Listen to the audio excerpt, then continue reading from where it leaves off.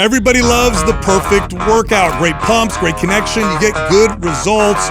We're going to talk about how you can take 6 steps, just 6, to create the perfect workout. Let's go. I haven't seen what you wrote. So just in 6. Well, first I'll start with the first one, just so people get the first tip. But then we'll talk a little bit more about the workout itself. But the most important thing you can do to get the best workout, and this is going to sound silly, but you talk to anybody who's experienced, they'll tell you, is to be very well hydrated. Yes. Yeah, of course. It makes a massive, massive difference. Everything works against you if you're not. Yes. I mean, it's really hard to make it through. Yes. I would even argue, dare I say, overly hydrated. In other words, like I found that the more water I had leading into the workout, the crazier my pumps were. I remember piecing this together way later on. Like I didn't become the guy who carried the gallon of water around until I got into competing. Up before that, who gave a shit? Like I didn't care, right? Yeah. It wasn't part of the game.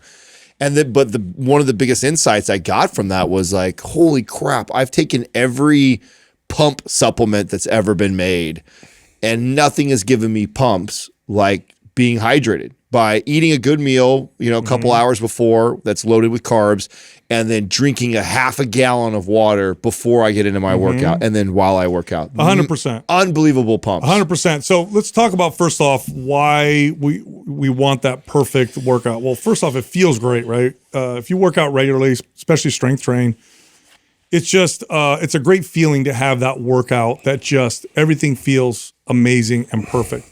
The pumps, that's a big part of it. I think one of the reasons why we love chasing the pump, aside from the fact that it may indicate better results, maybe, is just it feels great. You can see the muscles you're targeting and what they would look like if they're actually more developed in real time. The perfect workout, you tend to be strong. There's nothing like workouts for me where I go in and I feel like I can lift whatever I want. Like that feeling that's of just, the best. Just that strength, the energy, the connection. I can feel the muscles I'm targeting.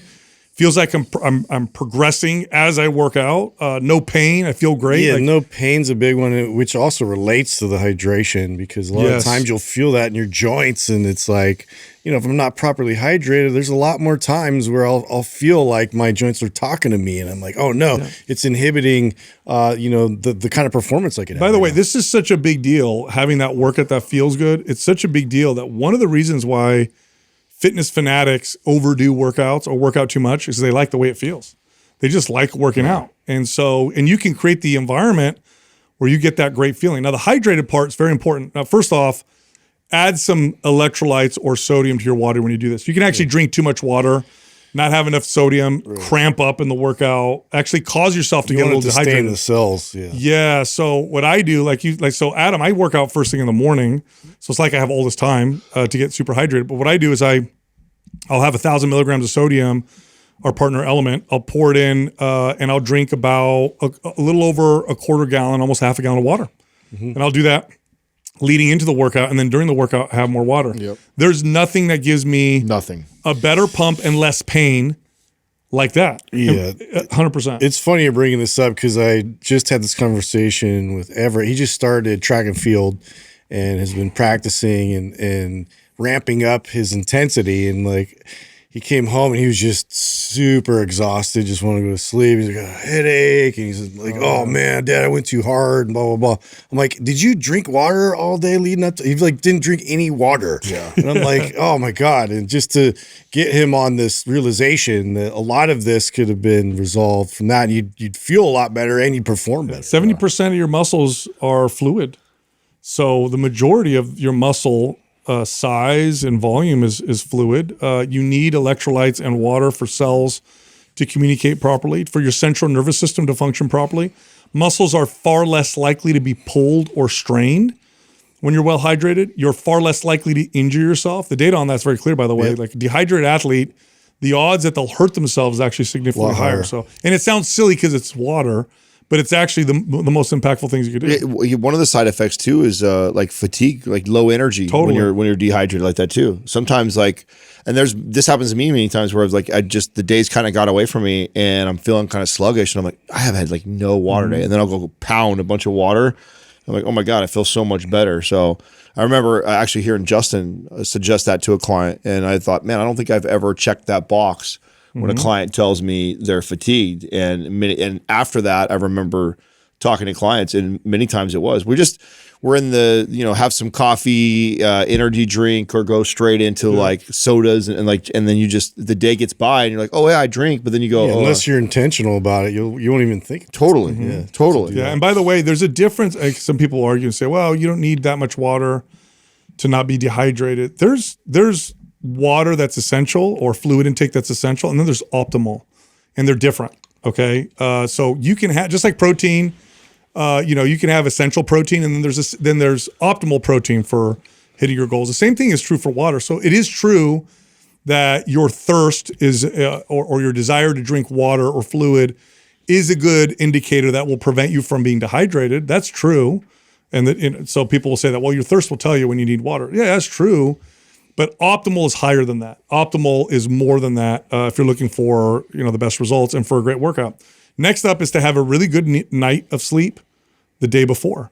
If you want to go into a workout and perform at a high level, either you're going to go after a PR, you're going to work out with your friend, you're going to get after it. Yeah. Make sure the night before you get like a good 30 minutes to an hour more sleep than you normally would. This makes a huge difference. And on the flip side, a poor night of sleep is, I think the injury risk alone with a poor night of sleep is something like twice as high.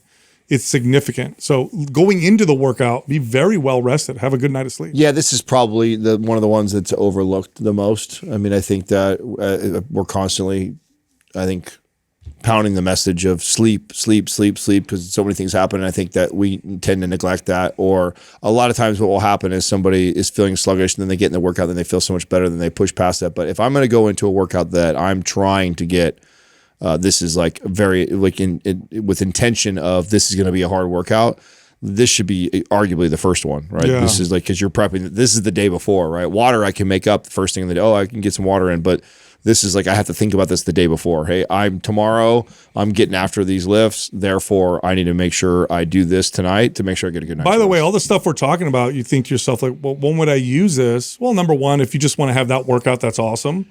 And number two, this is great for when you're training body parts or areas that are weak or that are lagging.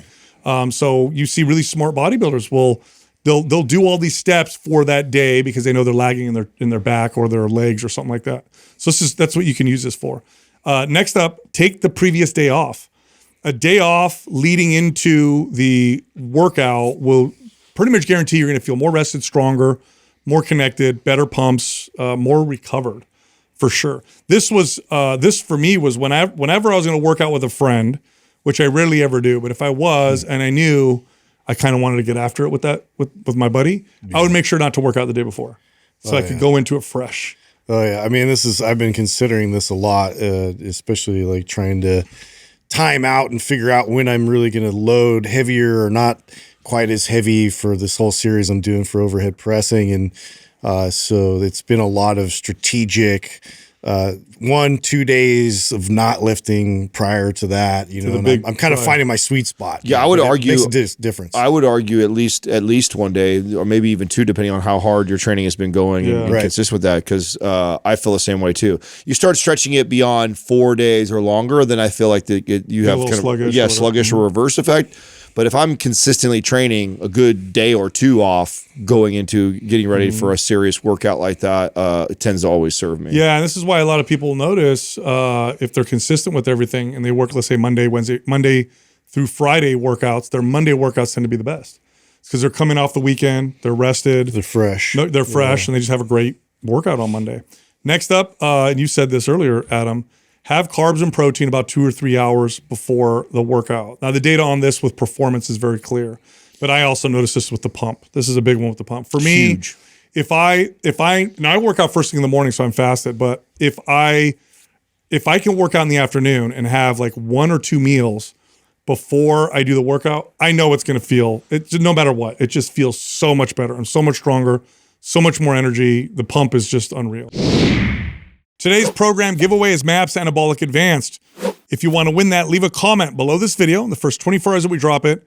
Subscribe to this channel, turn on notifications. If you win, we'll let you know in the comment section. We also have a sale this month.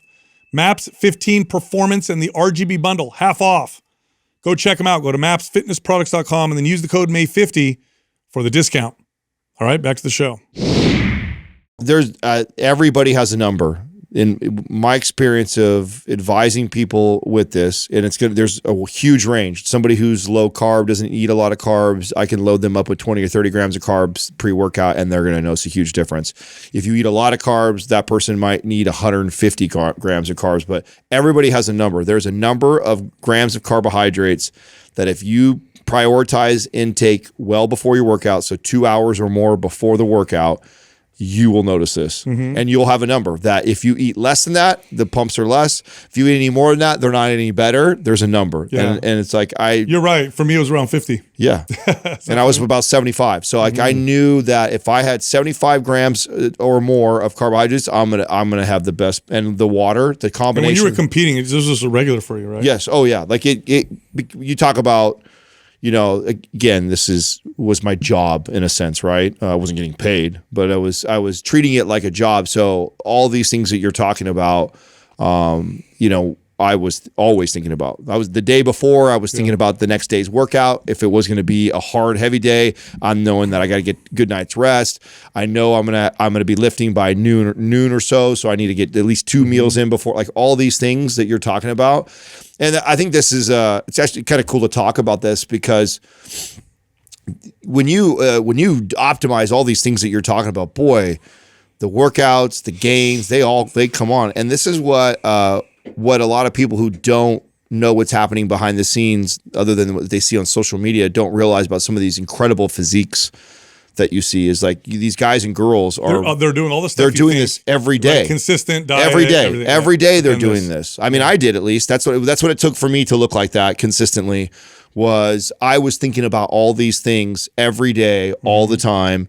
And realize that when I checked all these boxes, I was making great workouts. I was making great progress. If I lacked in one or two of them, I was having setbacks. And so the pros, or the people that do this for a living, whether that be for Instagram living or for competing reasons, they do all this stuff. That's right.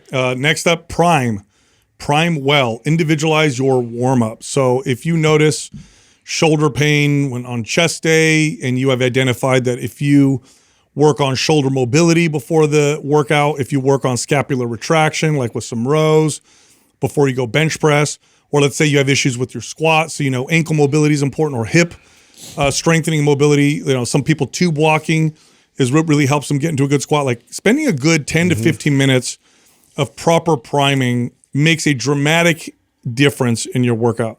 This one's so important. I did this with my clients almost every time. Like, when my clients were well balanced, then our warm-ups look more like a set or two of the exercise with lightweight moving into it.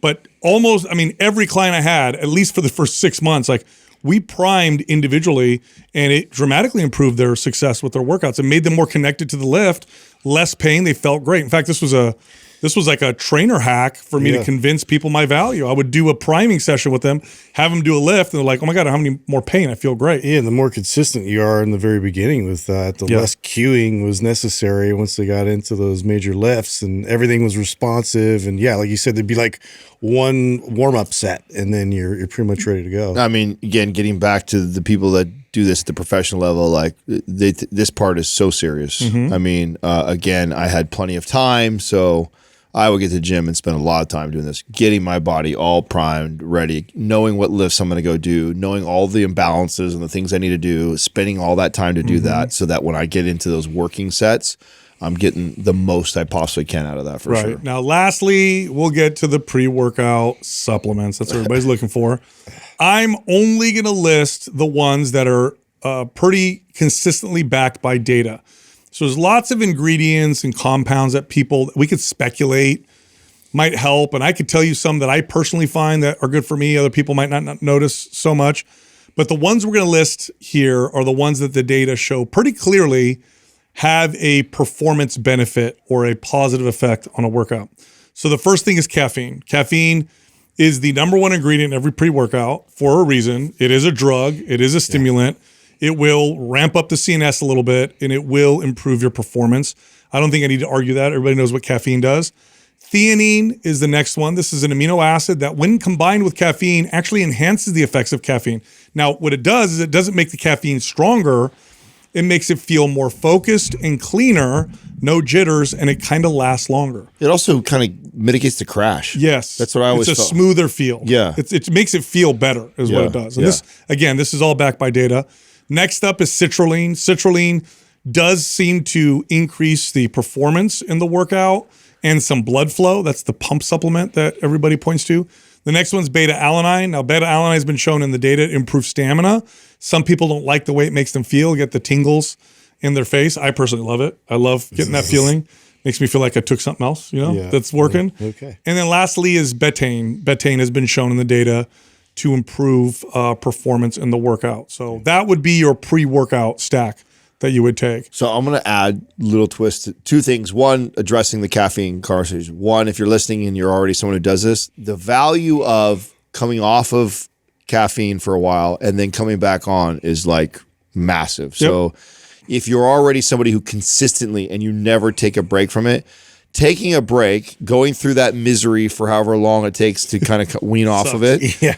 and then reintroduce it, it's like, I don't want to say it's like steroids, but it's like you get the magic again. Yeah, you do. It's the honeymoon phase all over again. Exactly. You really get to feel the benefits of what that feels like. Right now, for some people, it's like they just do it. They have to do it just to have a normal workout they feel like. And if you're at that point, I can't suggest strongly enough that you come off for a while, then reintroduce it and watch what happens. Now I have a study on caffeine. I want to get to that in just a second, but one of our partners actually put together a pre-workout that has all the ingredients I talked about, which is Legion. Legion's Pulse. One thing about Mike, love him or hate him, we love him, is he only does what the data shows clearly. Yeah. He does not add or anything that he speculates or this person said that or whatever, this exotic anything. It's like, does the data show it? Yes. What's the efficacious dose? Oh, it's that much. That's what's going in. Nothing else. And he did that with Pulse, which is, I think, by the way, Pulse is like one of the top selling pre-workouts out there. One of his best products. Because of it. Because of it. And he has all the efficacious dose. It's got a really big dose of caffeine, 350 milligrams for a full dose. So now, honorable mention, cold plunge before. Oh, good call. Yeah, honorable mention, if you have the resources or access to that, a good cold plunge before this I workout. guess you can do invigorate cold the hell out shower, of you. but yeah. You could do that if that's, but if you can get in a nice little 3-minute cold plunge before you go into, and you follow all these steps you're talking about, that combined with all this, like, look out. Yeah, that's going to be a good lift. That's good. All right, you brought up caffeine. They actually did a study on how long you need to be off caffeine before it's not just out of your system, but receptors are back to normal. Let's take a guess. Yeah. So what do you guys think? How long do you have to be off caffeine for you to be new to caffeine again, to be a caffeine virgin all over again? Oh, man. I say just like a week. So 7 days? That's a good guess. I was going to say 7, so I'll say shorter because I think it's 7 or less. I think you can be off for like 3 to 5 days. What do you think, Doug? Well, you're the closest, 11 days. Oh, it's 11 days. They actually found it takes about 11 days Okay. for the average person. I know it's pretty short though, It is. because I've had some short bouts. I mean, you just take a I feel couple the days effects, off. yeah. You just take a couple days off. do you know what that research says about cannabis? Because I know cannabis is low No. like that too. No, cannabis is longer because it's a No, fat it stays in soluble. it stays in your system for longer, but I actually think the effects of it you get again really quick. I'm not sure. I mean, I could be wrong, but I think cannabis is pretty quick too. Yeah, I'm not sure. But caffeine, 11 days, that's the good news. The bad news is Those 11 days caffeine suck. withdrawal sucks. It does. It's really nasty, brutal. especially the first 3 days. I think that's really to each person. It really is. Depends on how high you are, too, I'm sure. I mean, Like, I'm pretty high on it dependent right you now. are. Yeah, but what do you do with the 3 days when you're off? Are you just at home chilling? Or you're not coming to work trying to do things? 'cause- Yeah. There's been many times in this podcast you guys had no idea I've been off caffeine for a Well, while. we knew. We talked about when you left. we were, Caffeine's we off. were aware. He's off something. Adam's off something. I could tell.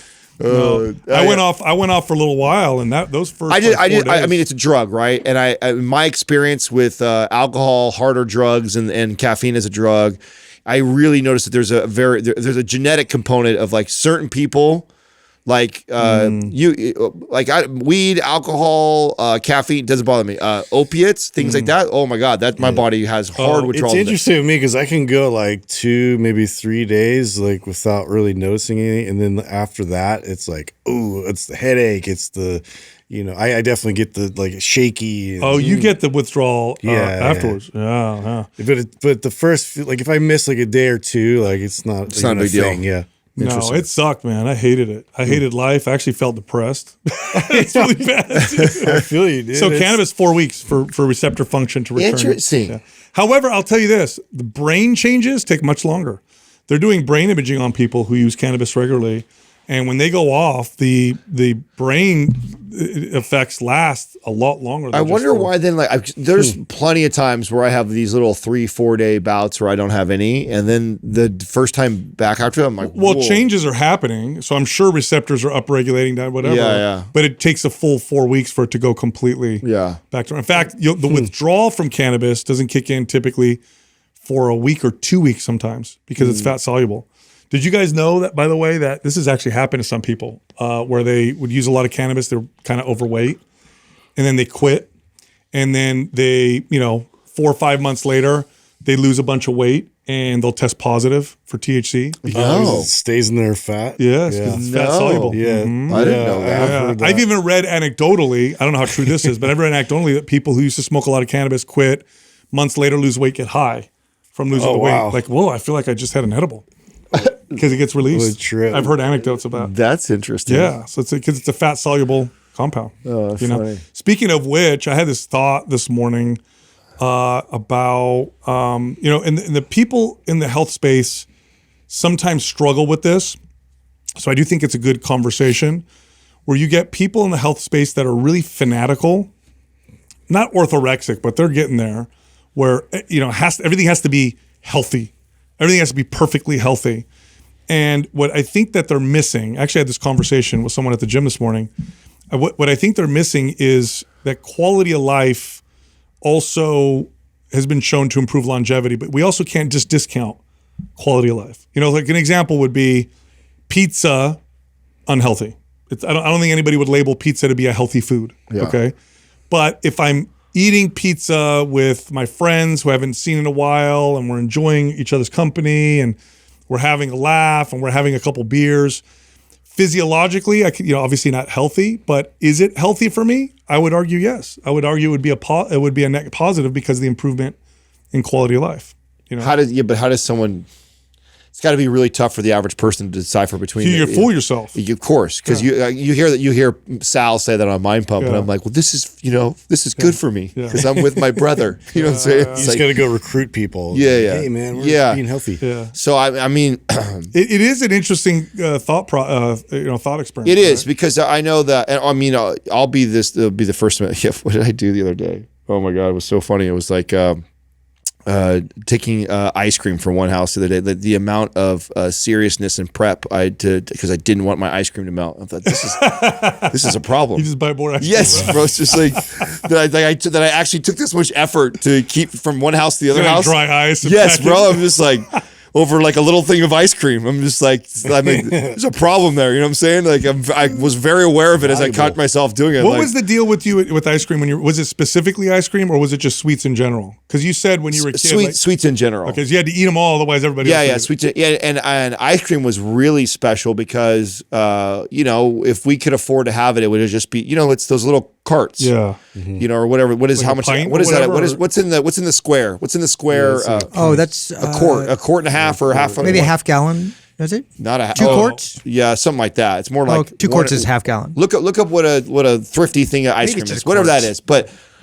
For a family of 6, that's not a lot. No. You know what I'm saying? There might be 6 scoops total in there. And like, I'm a 3 scoop ice cream guy. So I'm not a 1 scoop guy. We'd have to get it from my dad. So you had to you had to fight for it to get it. You know what I'm saying? Or you got it one time and then you didn't get it again. And I remember when I was 17 and I moved out that I just had ice cream in the freezer. That was like, I can eat it right out of the thing too. That was another rule in our family. You couldn't do that. Like you scoop it in the bowl and it's what you get. It is a big family thing because you're making me, memories come back. Because like my dad he would try to find ice cream that we wouldn't eat. but we would like, so he would buy like Neapolitan. Like it was like the mix of vanilla, chocolate, and strawberry. Yeah, then someone would eat the Nobody one. eats strawberry. bro. Everybody would eat strawberry, just strawberry. The out. whole like one block would be missing. My dad gets so mad. I just have vanilla now. What the?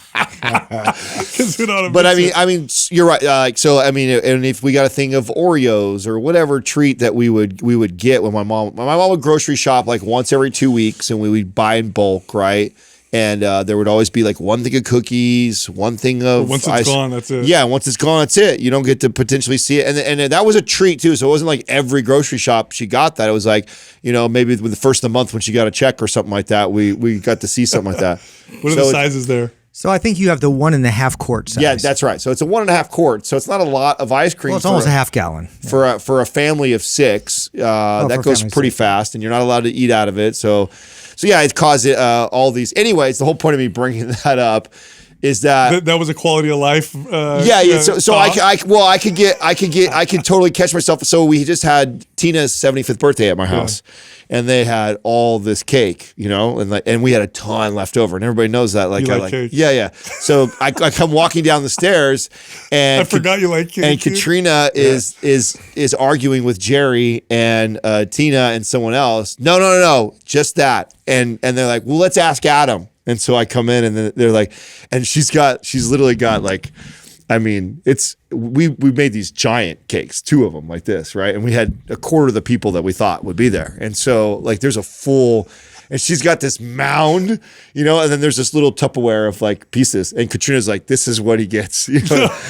they're like, Adam, what do you want? This or that? And I'm like, oh, there's a part of me that's pulled to like, give me the big thing. The Mondo Yeah, cake. give me the big old thing that's like a. Cake is weird. It's one of those things that if it's not a birthday or a celebration and you're buying cake to eat it, there probably is a problem. It's like sad. yeah, dude. Bro, don't Why say are you that. just eating Didn't I cake tell you on what? the road? Didn't I tell you what happened last time we had boys' weekend? This is so bad, so bad. I did this. So, and again, here Was we it go. just you and your yes, son? justified. Oh, it's boys' weekend, but I bought a whole Paris baguette cake for Max and I for the weekend. No, what's this for you, bro? Yeah, I know. I gave him like got a like little, a little sliver. Too much for you, Yeah, son. one sliver for him, and I ate the rest of the cake myself. He's like, ooh, too sweet. No. So so this is what I mean is like, and there's just like, oh, this is a bonding time. My son and I, and we're having, he doesn't ever get to really do this, but Yeah. like deep down, I'm closing myself on that. When in reality, I'm feeding an Dude, that's addiction. the only time I go look. I never go buy sweets with the kids because it drives me crazy. But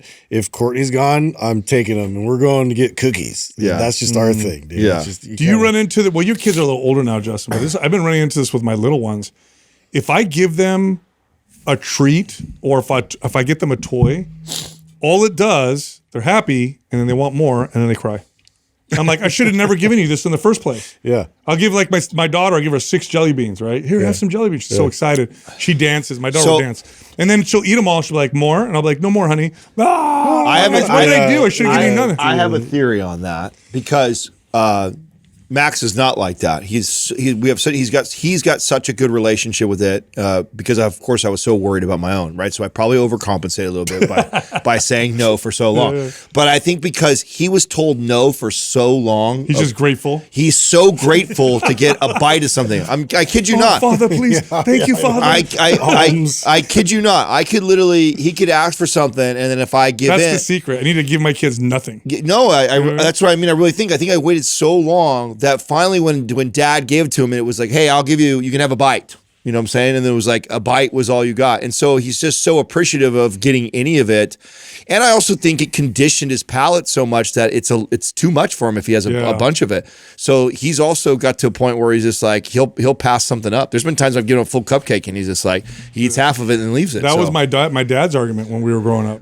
He would always tell us that when he was a kid, you know what my toys were? He used to love telling us. You know what I used to play with? Sticks. A stick and a tire. I used to have a tire, and that's what I played with all the time. And it was my favorite toy. I'm like, what are you talking about? A tire?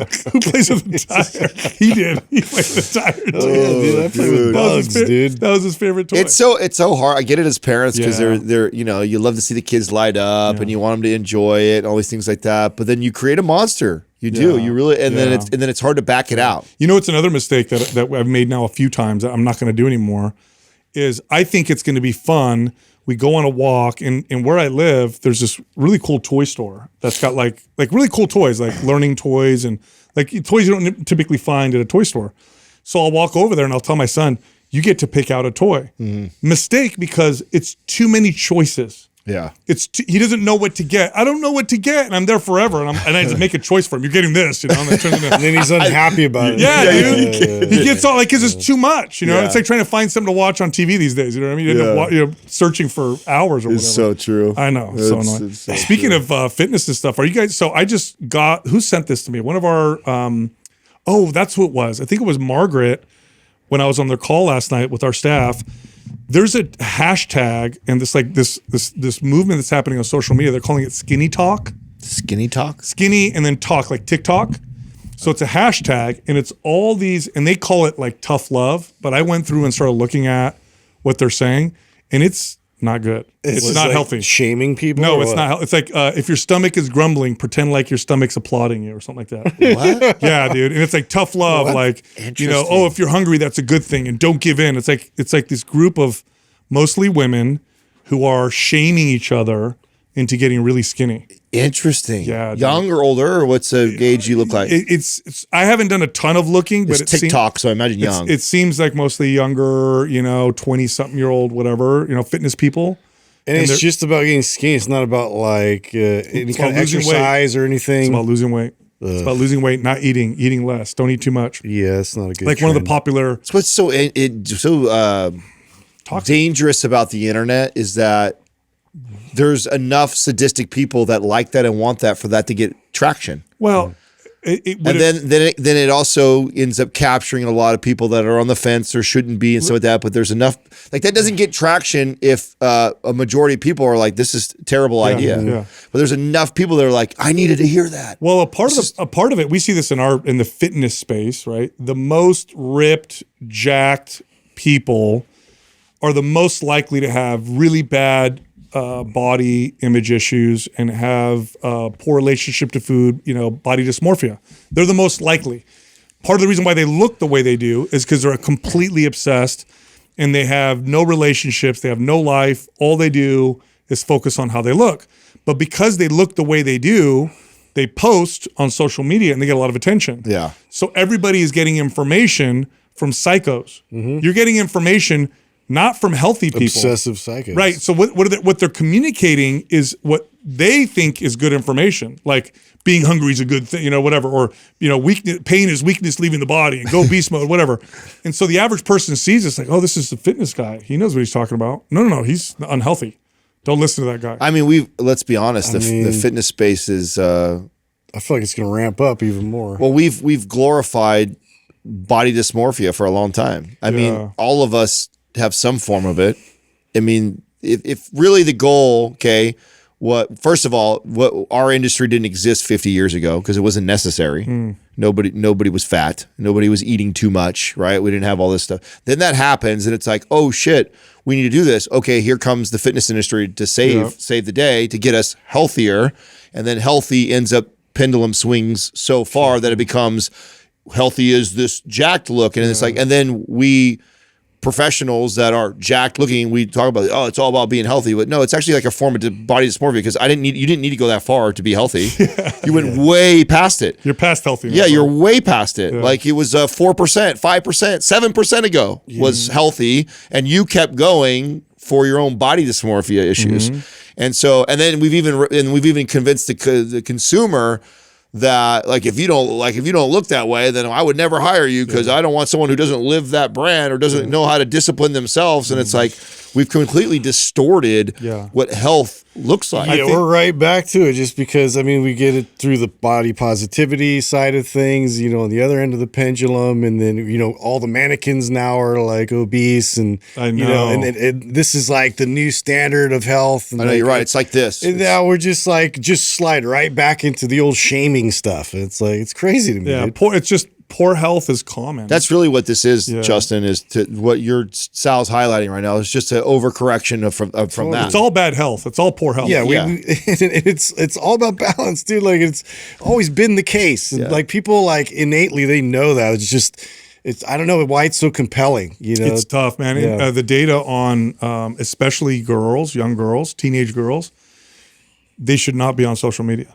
They should not be on social media. The connection between anxiety, body dysmorphia, eating disorders with girls and how long they're on social media and what they look at is ridiculous. It's insane. And if you look at the things that are geared towards these girls, I mean, it's terrible. It's not good. Oh, yeah, It's no. not- I mean, you're talking about that. Like, you guys, I know you haven't seen that show yet, but that show goes deep on that. You're just- I'm almost afraid to does. watch it because I'm probably I've depressed watched the hell part out of it. Yeah. I Started it. mean, we all should, just because I just think it's an important. I mean, it's important for us to continue to communicate this message to all the other parents that are out there right now that may be on the fence of letting their kids get on these platforms or not. And there's not a lot of positive things that you can say can convince me now of like why you would get them on that platform. I just I don't see it. I don't see what positively comes out. And I get that they would try and make this case of like, oh, well, they meet with their friends. The kids will find a way to talk to their friends. Kids will find a way to do all that shit. They don't need to be on Instagram or TikTok or Snapchat in order to do that. And what you don't see is all the stuff that they're doing. And their brains just aren't formed yet where they even realize, like, well, that's the thing I got from this watching this show is just like, a lot of these little girls are just they're so young and naive. They're getting positive reinforcement, which is addicting to adult. I mean, everyone in here knows what it's like to post something on Instagram and then check back to see if you got likes or not. Okay, if we have felt our own pull to check that, what do you think a 13-year-old Kids are wired for that. Wired. And so and then they're not going like, is this morally right? It's just like more of that. Oh, more whatever that. I get more. Yeah, more of that. You got to do more of that. And it's like, there's a part of them that's actually very innocent about it that just is just getting this positive reinforcement. And so they think it's okay. And then if we have parents that aren't paying attention to it, then it runs wild, man. And it's like, how do you put the toothpaste back in after you've let it out like that too? Yeah, this it's like with I have a 15-year-old and we limit, and I monitor because I have to monitor it because if I don't monitor it and the limits somehow get turned off or some update happens, she won't say anything. She'll just keep staying on there. And so we've limited her to like 15 minutes on social media platforms. And part of the reason why it's limited and not completely gone is there's a part of me that's like, because I had a friend whose parents were so strict with certain things that when he got out of the house, he went crazy in the opposite direction. Yep. So that's the tough thing. I mean, I told you guys, I'm so far from this, so I could be so way off base. Maybe I fail at it and I have no idea what I'm talking about. But I'm convinced that and this is why I think your situation, both of you, because you've already, the cat's out of the bag, right? It's hard. It's harder now. But because he's still so young, I have this opportunity that when that comes knocking at the door and he really wants to do that, he's going to have to read those books. And he's going to have to be able to report to me what he learned from those books. That's your first to get you even the possibility to use it is that. So that already is going to create a barrier because when he's a certain age, he's going to be too lazy to even do that. And that's fine. You're too lazy to do that. You can't have social media. Once you're ready for it, it's after you read that. Then after he reads that and he can explain that to me, then you'll have an understanding not from me, from a brilliant author who sold millions of books and multiple books, not just one, that are telling them the dangers of this. And then he understands why dad says, hey, you can only use this in the living room. You can only do this for this long. And then we can talk about how you're going to be able to manage this. You know what I'll say is just from experience is the most important thing is aligning with parents who have similar values. Sure. So that their friends are like they are. Otherwise, it gets real. It's like all my friends are doing this, and I can't. The friends take a lot of influence. Yes, dude. And so, and this is to like the earlier point of when we were like having to decide whether or not this environment was a good fit, and like if this friend group was, and I went in and hijacked and pulled them out because I was like, no. This isn't going in a direction I like, and so we're gonna shake it up. There's gonna be pain points because it's like they like hanging out with those people. Like, there's gonna be fights involved, but it was the best decision because now it's like you do kind of have to lead and place in front of them better opportunities for that, better kids that are like handling it better. I mean, you're not gonna have a lot of control over that, obviously, as they get into high school and like, of course, you know, all of that. It's like you're pretty much what you've established is what you've established. So yeah, in the beginning and like getting involved like that, I think that's Super everything important. you can do. You can't do more than that. I mean, I think you're so right. And I think that's the biggest takeaway, or what I take away from it, is just being aware and involved in it. Because like, and I shared with you guys the recent finding that I had of like one of Max's friends that his parents don't let him use iPad. And it's like, I encourage that friendship like crazy. Yes. Because I know how the parents are with the iPad. Then he's not isolated. He's not, my friend who can't do it either. Yeah, Invite him over more. Exactly. Yeah, exactly. So that's like, that's become his best friend. And he's at an age where I can kind of control that. You know what I'm saying? And Katrina's fostered a relationship with the mother. And so they see each other, they're best of friends now. And so it's like, I'm going to try and involve myself as much as I can and be aware of those things, those friendships, and do my best as a parent of fostering those until I can.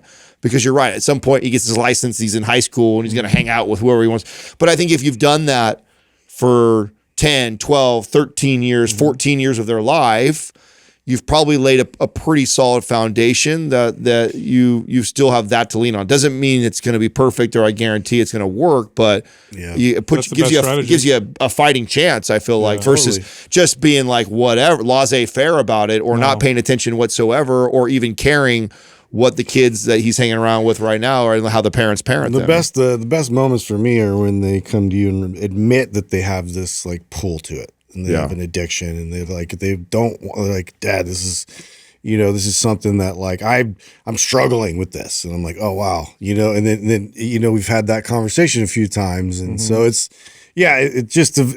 a lot of involvement that you really have to like peer into that, because too, we know how much of a thing it is just with us personally, and like how hard it is for me. And we didn't grow up with it. I can justify it so many different ways, and they feel the same way. It's like everything that they're involved in is important. Their whole friend group is important, just as important as work is for us, you know. And it's like, and they're missing out on this party, or they're this or that or the other. And so, you know, I have to be the bad guy a lot of times, but you know, we talk our way through that, and then, you know, some of them I'll compromise. So. But that's to me, that's everything right there, right? And that's why my theory is, if I make him read those books and he's aware of it, not coming from Dad, but aware from it from somebody else, right? He knows what your intention with it. And then he's likely, if like, let's say that he, like, again, I still am allowing him some sort of freedom, that when he starts, and he's like, oh shit, I'm starting to do some of the things that book said. And then maybe he'll come to me. He's aware. He's aware. Where the average kid is just unaware. They look at their peers, and it's normal for them all to sit at a table together and all of them be like this and none of them talking to each other. Like, that's just like, it still drives me crazy. Oblivious. I wish some days I want to just blow it up. Bro. Take it just because I'm like, if you do that, at least I feel like my kid will, because I can't stop him from at lunchtime or at school one time sitting at a table like that, but he hopefully will be the kid who goes like, oh wow, this is what I read about. This is what I read about, or this is what my dad was talking about, because he's aware of it. Versus, I never had that conversation. I just hope for the best, and it's like, no, then he's going to do whatever other dumb kid does. You know what's interesting about this conversation is the data on what's the youngest generation that what do they call it? Gen Z? Gen Z. Is it Gen Z or I? Which one's? I think it's iGen. Yeah. So what the data on Gen Z is interesting. A lot of them are trying not to go on social media. Because they're more aware. A lot of them are trying to avoid things like pornography, trying to avoid having smartphones, which is weird because who does that? Well, this generation is doing that. There's a huge interest in religion, which is that's been on the decline for decades, and we're seeing a reversal. And I think it may have just gotten so bad. Yeah, that's it. I hope that it's in the same trajectory as smoking. Like we could see how that all was in every movie. It was cool, like, you know, cool kids are doing what, and then everybody, like, it's so different now to see somebody smoking, and it's just like, oh God, what are you doing? I agree. I think that we've lived before and after, and we're in this time with our kids during it, that I do think that this Gen Z generation come up, when the kids will be in high school and then they're sitting around a table and there's kids that are doing that, they're gonna be like, what are you doing? Yeah, Yeah. Get We're off all your together. It's rude. Yeah, we're all I'm right here, exactly. dude. Yeah, So- it's funny. Speaking of which, did you guys see American Idol? What they did? Was it like a few days ago or a week ago? No. So you guys are familiar with American Idol, course, right? of Seeing course. competition. Generation Alpha is the younger one. Oh, the newest one's Generation Beta. Interesting. So what American Idol did, which I never would have thought they would have done in a million years, they had a worship night. They had a night where most of the Mainstream TV. contenders were singing Wow. religious music, and most of it was Christian. You know who the What a artists swing, were? dude. Yeah, So bro, I'm crazy, so dude. Bro, I'm what so is- suspicious. I'm so suspicious. My tinfoil hat's never been on so hard, bro, lately with For that real, stuff. dude. For real. Brandon Lake. The 180, opened. So quick. the You got- 180 TVs made so hard, man. Do you know who you guys know who Brandon Lake is? He's the guy that came out and opened. He's Yeah. like a huge. I went to one of his concerts. And they were like Carrie Underwood That's pretty crazy. sang a Christian song and had all these artists. This is American Idol. Yeah. Of all places. Like, what is happening? I don't I mean, I trust think it's it. cool. So what do you think they're doing? I just don't trust it. I just think it's, You don't think they're it's following a- consumers? it's a I think they're trying to money- follow yeah. consumers. That's all. Well, yeah, of course, but again, I don't think it's rooted in good. No. Like you feel good, I feel good about it when we're watching it because it aligns with your values. But is it any different than the other side? It's no different. Yeah. It's just this time it aligns with you. Yeah. So now the other side's pissed off. Yeah, but at least- now the atheist is all mad. Like, what is this bullshit? Now we got to watch. Atheists are already mad. I mean, to me, like what I'm not sold on is that I'm not excited because I feel like it's not rooted in the right things. It's not like I don't think they're doing because they're trying to help society or move in a direction that's better what's for crazy us. about- This is like we're now on this conservative kick, so now we're going to move over in this What's direction. cool about it though is that so many people are like emboldened and encouraged by it. So on social media, you see all these people posting like the Carrie Underwood song, and they're just like, "Oh my God, this is awesome! I can't believe this is on prime time." Well, just so you know, that same feeling that you have, the woke side of the culture was saying that the last 5 years. Finally, we feel supported and Represented. emboldened, and now you're that side. Yeah. But the other thing, Yeah. you know what I'm saying? So it's like I'm not excited about it. I'm Really? like, I mean, you would have got me excited about it 20 years ago because I would be naive to what's going on. But it's like, man, this 180 is too fast. My point is, I agree. My point is, it's reflecting the consumer, which is just showing us that there is a shift. Yeah. There is a cultural shift that's happening I'll be right now. convinced once I see a Disney movie that's like They did. full on. I know I heard No, it, they but had a I haven't character. seen it yet. They had I a character heard about that. Yeah, they had a character real? that They that will. actually praised. There was something else I heard too about Disney that they're making a move that direction now too. I forgot what it was. I wish I remember. Because this they're the last conversation. like sort of strong. They're like holding strong like to this like ideology. No, they're We're moving. not gonna. They're moving the other direction. I saw something too. I can't. yeah, Wish I they're remember losing what so it much was. money. It's well, they that's are. just it. you gotta just. So switch. here's the way I look at it is I don't look at American Idol and go, yeah, American Idol, they're good now, or yay. Yeah. I look at it like it's a reflection of culture. Yeah. And I think culture is Yeah, I shifting. mean, on that note, I'm with you because, of course, it's. I mean, they're on my team now, so I'm like positive about it. But it's like, then it's only a matter of time before it goes the other direction. Yeah. Right. I mean, Totally. it's like, so how long do we get? My fear. That's a good point. How long do we get? Yeah, how long do we get? You know, so that's my fear is that what I have noticed in my short 40-something years of being on this earth is like because of social media and the internet now, these swings are faster. Fast. Hella They're fast. big and fast. Yeah, it used to be like decades you get a Yep. run. You know what I'm saying? We're not. So enjoy this shit while it lasts because devil worshiping is on fucking next week. Yeah. Yeah, but then you see like You get a week. like You get a Kanye, week, dude. dog. You know what I'm saying? you see like Kanye getting all like friggin' Nazi and everything. It's like what the Did you fuck? guys hear about what he said? He's lost his mind. No, did you hear what he said? He's saying crazy stuff. Did you bro. hear what he said? I did. He's saying off the Yeah, wall dude. shit, bro. Yeah, there was some. But some- that's he like- talked about some sexual abuse stuff that happened to him when he was a kid. Oh, I didn't see that. Oh, really? Oh, look up Kanye West. Yeah, dude. Who did he say did it? Did he say it was? Did he? Another no, up until he was another 14. diddler. He had a cousin. I think it was a cousin. He had a cousin who used to make him do things to him. Oh wow! Up until he was 14 or something Oh, like my that. God. Wow. Yeah. What's going on with Diddy right now? What is it? What is up with that? I don't follow all that stuff. So are we? I don't know where that's at. I think that I stopped looking at all this stuff anymore. I know, because dude. Epstein's never coming out. You know, none I of this know. like information as much as they wanted to promise that we're going to get all this transparency, it's like you start to understand there's so many like really powerful world leaders involved in this that it's like they're just going to go ahead and well, whatever happened to that their way back out of it. Whatever happened to that big stunt that happened where Trump had or whoever had all these conservative influencers come out and they had all the logs and they had all this top secret information. We were like, and then we hear nothing. All a stunt. Big stunt, big PR stunt. Nothing.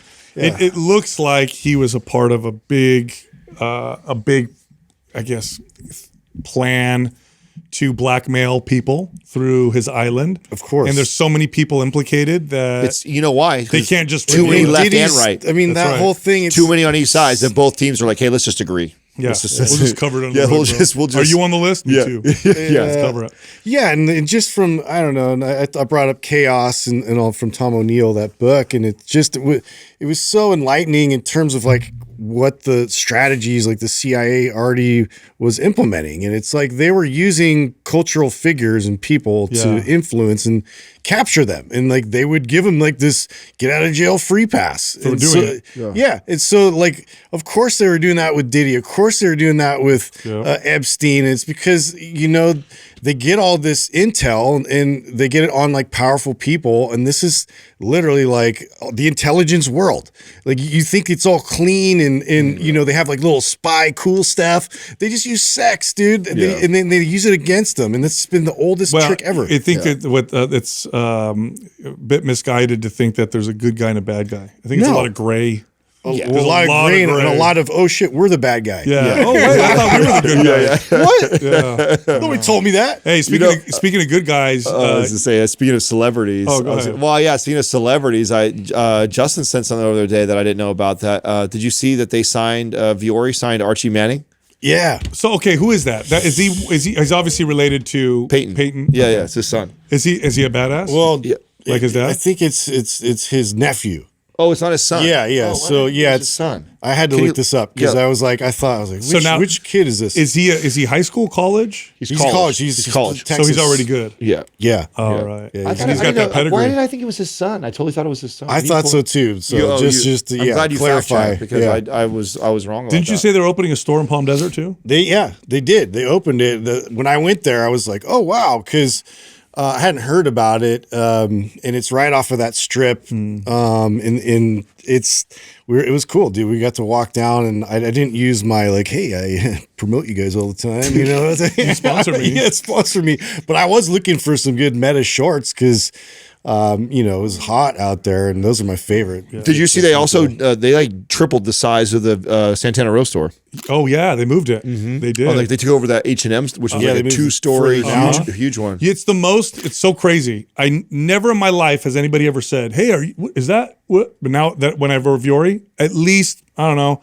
Not super often, but more often than ever in my life. It's like at least a few times, at least 4 to 5 times a year, somebody will come up to me and say, "Oh, you like?" I know you. So I think I'm like, what? I think the most interesting thing for me about Vuori is, and for the listeners for a long time, they know this. Right? We were the first company to advertise with them. Right? So well before they're so famous now. So what there used to be a time 8 years ago. When I saw somebody wearing Vuori, there was a 50-50 shot they were my pump listener. Be listening to us. Yeah, I could, especially if they were fit. If you were fit and you were wearing Vuori, I'd be like, oh, you listen to my pump. And then it was like, yes, where they are so big now. And I still have that where I'm like, oh, what if they listen? And now it's like, they probably don't, Adam. No. They probably don't listen to the podcast. There's way more people rocking Vuori. Yeah, so it's been wild to watch their growth and where they're at now. I mean, they're just dominant. What's cool is all these, because like retail, it seems like it's back like full force, because for a while there, it was pretty bleak. Everybody was going to the online. They started in the online, I'm pretty sure, right? And then kind of went to the stores. So their first store was Encinitas, right? That's where we went. Wasn't that one of their first stores? That's a good question. I think that was their first. I believe that's their number one. That was we went to. I believe that was the first one they launched. Okay, so I want to mention this because this is happening on the 19th, so we got to let people know ahead of time. We've never done this before, but we're going to do a 3-part bonus series of episodes. It's going to be Mind Pump, but it's for trainers. It's only for trainers. It's going to be dropped on Monday the 19th. Anybody can listen to it, but it is directed for trainers. It's not replacing any regular episodes. No. It's in addition to. It's a 3-part series. We're going to start with the successful trainer mindset. Part 2 is diet and exercise strategies that clients love that actually work. The third one is the most valuable assessment you could possibly do. And then we are going to do a webinar the following week on the 27th, teaching trainers how to sell training properly. And that's going to be 4 p.m. Pacific. That's trainerwebinar.com. You could sign up now. Don't miss it. But Monday the 19th, it's a 3-part series, all dropping at the same time for trainers. Trainers and coaches only. Let's go. Probiotics have profound benefits: digestion, skin health. They can help with your mood. They help you recover. Some studies show they make you stronger and have more endurance. I'm not making this up. The data is clear. So what's the best probiotic in the world? Seed, by far. It's the only probiotic company we work with. Go check them out. Go to seed.com/mind pump. Use the code 25mindpump. Get 25% off. Back to the show. First question is from Jackie Welsford. How many times in a year should I switch between cutting and bulking? Should the year be divided into quarters, or should I change more frequently? So this is kind of an individualized answer, but I will say for most people, if you're fit and healthy, okay, so obviously if you have a lot of weight to lose, well, you're going to be spending more time in a cut, in a proper cut, right, appropriate cut, than you would in a, let's say, reverse diet, which you could also loosely label as a bulk. But for most people, if you're fit and healthy, most of the time you'll spend in right around maintenance. You'll be mostly right around maintenance, which you're never really in maintenance. Okay? You're typically toggling back and forth between a cut and a Yeah, bulk. because you can't ever perfectly calculate maintenance. But you're going to eat right around there, and you're going to exercise and improve your performance. And you'll add calories when you need more energy and strength, and you'll cut them down when you feel a little bit of digestive issues or some bloat or some inflammation. And you move back and forth based off of how you feel. But if you're fit and healthy, you can create seasons for yourself. The standard, traditional one would be like summer's a cut, winter's a bulk. I like that for some people because especially the holidays, you go into the holidays with a bulk. You know? It's weird because it's like it seems so stereotypical, but you start to realize like how that lines up, and it's like it makes a lot of sense too. If you can get more calories in, you need to like consume vitamin D versus like you're not going to get a lot of it because it's cloudy and two just the activity part, you can be more active in the summer. So I don't know. It kind of makes sense. I really like the idea of, okay, there's two types of people that that don't fall in this category, right? So if you are a ectomorph, you really struggle with putting weight on and building muscle and bulking, then you're going to spend a big portion of your year probably bulking because it's difficult for you. And believe it or not, more often than not, you probably accidentally fall out of that. And so you're focused in that direction because you need to gain weight or want to gain weight. The other side is the person who needs to lose, like you said, a lot of weight. You got to lose 100 pounds, or even if it's 50 pounds, you have a long way to go. You're going to spend most of that year probably in a cut with these mini interrupted bulks or maintenance weeks. Then everybody else, if you're relatively healthy and fit, and that I think you should do cuts and bulks way more frequently. Like all the time, what it looks like is what Sal said. You're kind of hovering around maintenance. Yeah, you're kind of hovering around maintenance, but it's never maintenance. It's always a cut or a bulk, which means you have periods where you're just bulking. undulating. Yeah, exactly. And so that's what it looks like. I think people tend to make a mistake in aggressively bulking and aggressively cutting, and you don't need to. Mm-mm. You just you can easily hover around maintenance. And you're going to have these periods of time when you're in bulk and then when you're in a cut. And for the person that's in a healthy place, body fat, this is where they should spend their time, is kind of hovering around that. Yeah. That's kind of how I would give this advice. For me personally, I judge it based off how I feel for the most part. Bulking for me is, well, I'm getting stronger. I'm pushing more weight. And then the cut typically happens when I start to notice my joint pain, my inflammation. I'm just not feeling as good. Okay, I need to reduce my food intake, so I'll start to cut it down a little bit. The truth is, if you have a healthy relationship with food and you're consistently exercising and you're listening to your body and you're eating the stuff that is good, you're trying to hit your protein and you're sticking to whole natural foods, your body will naturally waver between cutting and bulking on its own. You'll find appetite will go up sometimes down a little bit, and that's kind of probably most of the way you should live for the most part. Next question is from Jennifer Ashton Fit. For those who generally despise social media, how would you recommend using it effectively to grow your business? How do you find a good balance? I the advice I give to, we help a lot of trainers and coaches, right? We have over 1,000 trainers in our course, in our private forum, where we're constantly giving advice and helping along. And this is a common question. And I think I went about it all wrong when I first was introduced to social media and was trying to figure it out, and was chasing the wrong things, like trying to go viral, trying to get lots of followers. I think that's a terrible strategy. Both not only for somebody who hates social media, but even for somebody who say likes it and wants to grow it. I think it's a terrible idea. I think a better strategy is service your current client base. So let's pretend you only have a handful of clients, but you train those handful of clients a couple times a week. And every time you train a client, whether it's in person or virtually, they ask you questions and they have challenges. They fall off the diet. They don't know how many grams of this to eat. They feel this pain when they work out. Everything I just said, that's a post. Every time a client asks you a question, that should be a mental note for yourself to go, oh, I should make a post about that. And then the way it looks is you're serving your current client. So now you've created this nice post that has some copy that basically breaks down, why your client. You don't single them out, but let's say they're bothered on knee pain, and they're bothered at knee pain because their IT is tight and it's pulling on it. And so you taught them how to foam roll and do some hip mobility before they work out, and it alleviated that.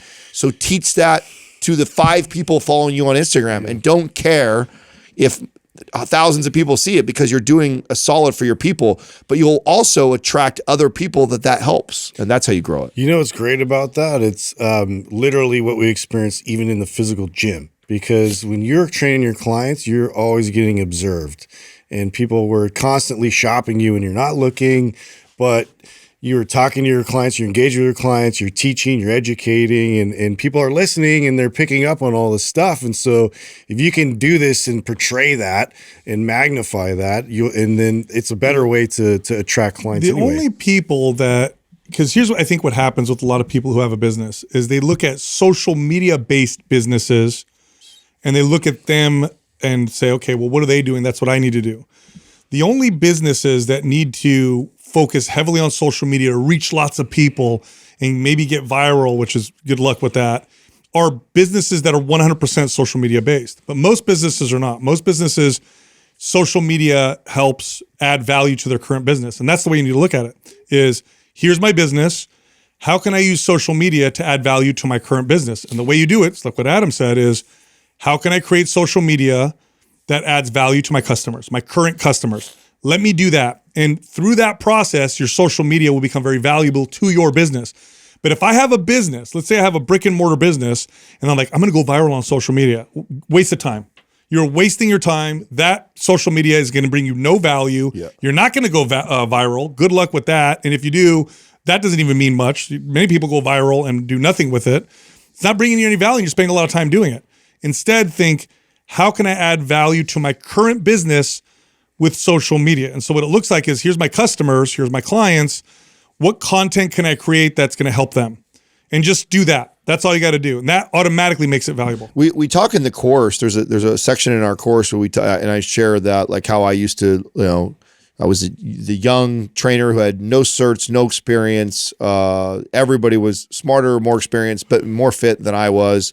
Yet I had all the success. Well, part of that was I wasn't afraid, one, to admit I didn't know. And then when I didn't know, I'd instantly go look it up. As soon as I'd look it up and learn what it was, I'd turn around and I would teach my peers, the 12 other trainers that work with me. And then now I knew the information. And that was a huge strategy for growth for myself. The only difference, that was 20 something years ago. The only difference today that would, instead of me going and having to go tell 8 other trainers, I could tell it online.